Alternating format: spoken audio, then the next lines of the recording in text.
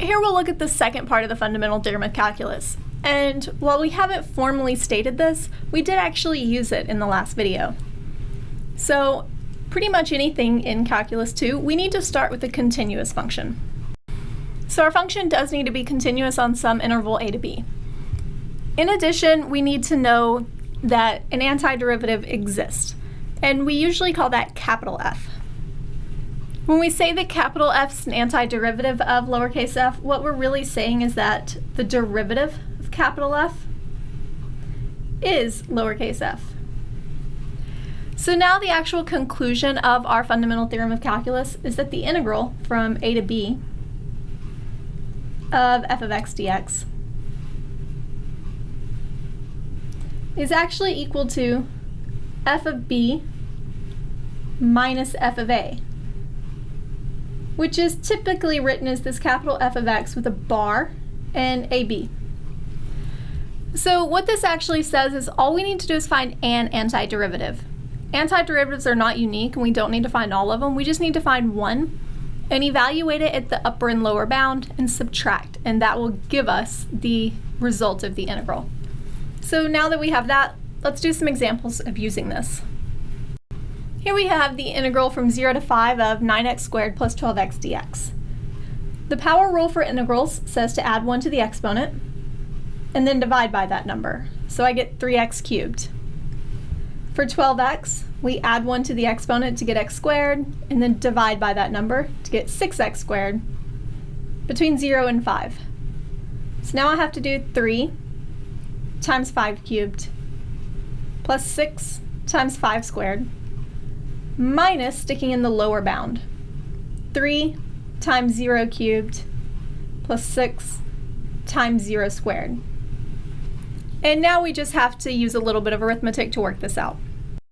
And when we do, we get the answer is 525.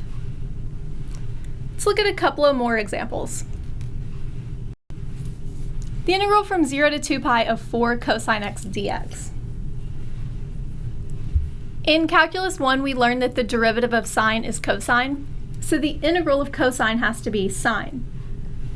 So this integral would then be 4 sine x between 0 and 2 pi.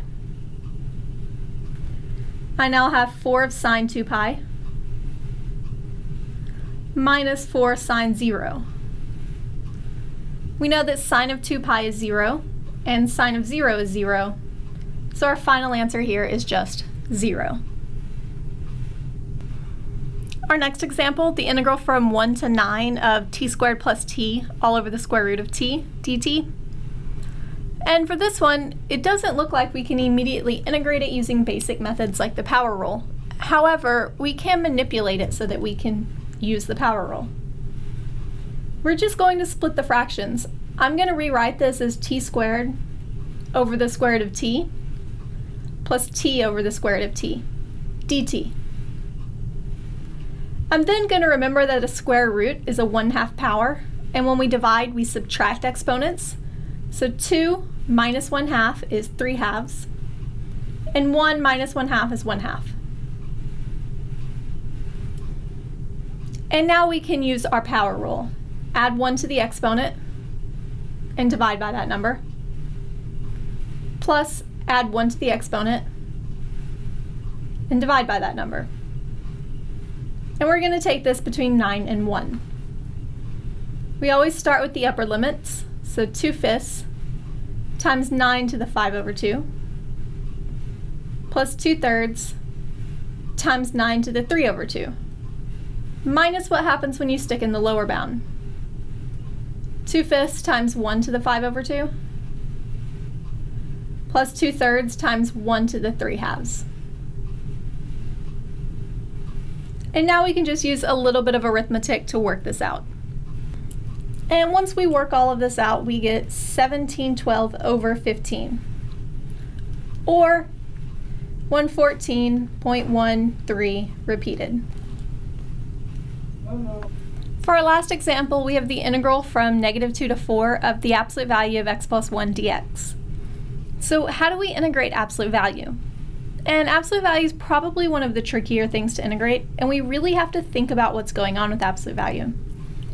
We know that if x plus 1 is positive, then the absolute value is just equal to itself. So this happens when x is greater than -1.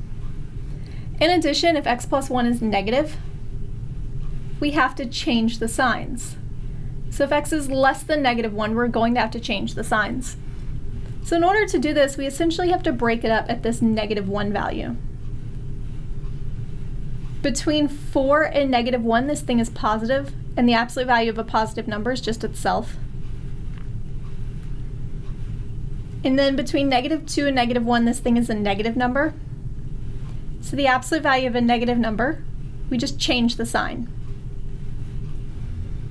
This is now 1/2 x squared plus x between -1 and 4, minus 1/2 x squared minus x between -2 and -1. Evaluating, I would have 1/2 times 4 squared plus 4 minus 1/2 times -1 squared plus -1. And then I would need to evaluate the second one, which is -1/2 times -1 squared minus -1 minus -1/2 times -2 squared, running out of room here, minus -2. And now we just need to use some basic arithmetic to evaluate this. And when we do, we get 13.